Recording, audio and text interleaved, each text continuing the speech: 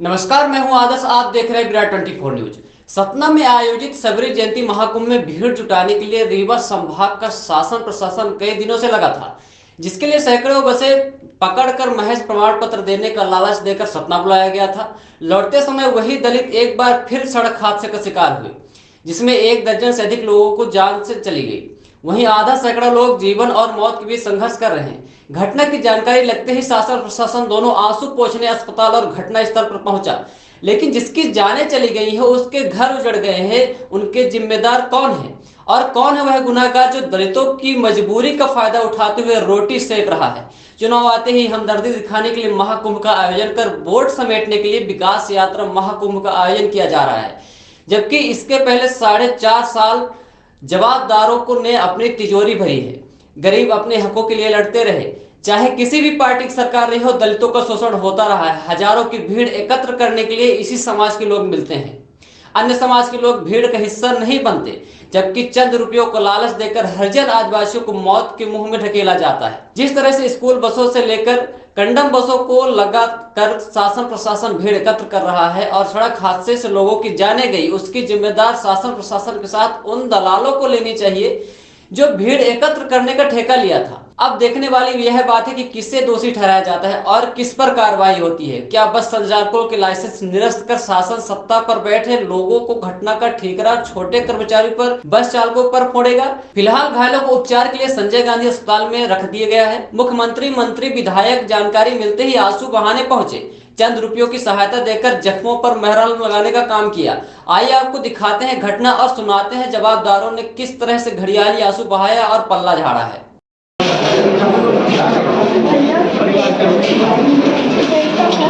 चिंता मत करो,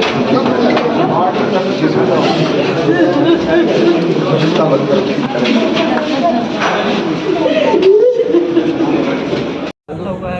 बहुत दुर्भाग्यपूर्ण घटना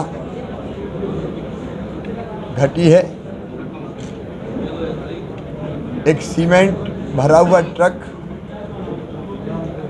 पहिया बस्ट हो जाने के कारण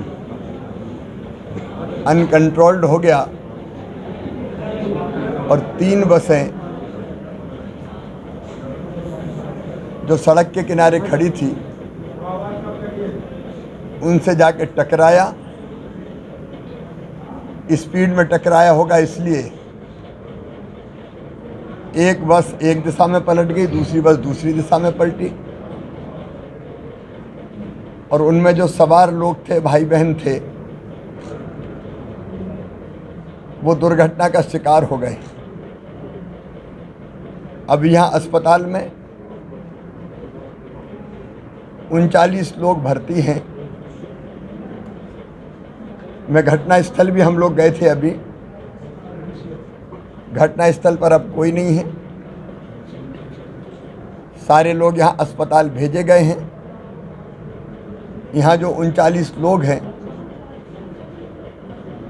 उनमें से जो अभी डॉक्टर्स ने बताया कि वो खतरे के बाहर हैं, कुछ गंभीर हैं तो आईसीयू में हैं, चोटें हैं लेकिन अभी खतरे के बाहर हैं, कुछ साधारण घायल हैं। और दुर्भाग्य से कुछ साथी यहाँ जो मुझे बताए 4 बच नहीं पाए। घटना हृदय विदारक है। हमारी पहली प्राथमिकता है कि हम घायलों के उचित इलाज की व्यवस्था करें। यहाँ डॉक्टर्स से जो चर्चा हुई है उसके हिसाब से बेहतर इलाज के सारे प्रबंध उन्होंने किए हैं। फिर भी डॉक्टर के साथ अलग से बैठक करके हमने ये कहा है कि ज़रा भी अगर लगता है कि कहीं और ले जाना चाहिए, एयरलिफ्ट करके भी ले जाना चाहिए एयर एम्बुलेंस से, तो हम ले जाने में देर नहीं करेंगे। जो बेहतर से बेहतर इलाज होगा वो उपलब्ध करवाने का काम करेंगे। इस दुर्भाग्यपूर्ण दुर्घटना में हमारे जो साथी नहीं रहे उनके परिजनों को 10 लाख रुपए की राहत राशि दी जाएगी। और अगर उनका आश्रित अभी यहाँ पे 4 है, बाकी वो जो बताएंगे एग्जैक्ट, क्योंकि मृतकों की संख्या के बारे में जिम्मेदारी से बोलना चाहिए, तो वो जो स्थिति होगी सीधी कलेक्टर बताएंगे। घायल यात्री कहाँ से जा रहे थे? माननीय मुख्यमंत्री जी ने जो लोग घायल हुए हैं, कुछ लोग इसमें हताहत हुए हैं, उसके बारे में उन्होंने बताया है। भारतीय जनता पार्टी के अध्यक्ष होने के नाते से मेरी संवेदनाएं हैं। हम सब उन परिवारों के साथ खड़े हैं जो इस दुर्घटना में हताहत भी हुए हैं, कुछ लोग घायल हैं। उनको उचित व्यवस्था से लेकर के उनके इलाज और सारी बातों के बारे में माननीय मुख्यमंत्री जी ने संवेदनशीलता के साथ तत्काल यहाँ आकर के उन्हें सहायता देने का, हर प्रकार से इलाज उन्हें उपलब्ध हो, ये प्रयास हमारी सरकार माननीय मुख्यमंत्री जी कर रहे हैं। और ऐसे परिवारों के साथ भारतीय जनता पार्टी की ओर से मैं उन्हें श्रद्धांजलि भी देता हूँ जो ऐसे साथी इस घटना में चले गए, और उनके साथ हम सभी लोग, पूरी भारतीय जनता पार्टी उनके साथ खड़ी है। रैली में ऐसे हादसे का शिकार होती है, ये एक इंसिडेंट है। और जिस प्रकार से माननीय मुख्यमंत्री जी ने बताया कि उस ट्रक का पहिया बस्ट होने के कारण और उसके जो टकराया है उसके कारण से दुर्घटना हुई है। तो दुर्घटना के कारण से इस प्रकार की चीज़ें हुई हैं, और उसमें जो लोग हताहत हुए हैं उन सबके साथ हम लोग खड़े हैं। कल सतना में कार्यक्रम था, अमित शाह मुख्यमंत्री सभी आए हुए थे, और उसी भीड़ को ले जाने वाली बसों का एक्सीडेंट हुआ जिसमें लगभग 14 लोगों की मौत हो गई और 50 लोग आज भी जीवन और मौत के बीच संघर्ष कर रहे हैं। क्या मानते हैं किसकी लापरवाही थी और किस तरह से आदिवासियों का उपयोग किया जा रहा है इस भीड़ के लिए और मौत हो रही है?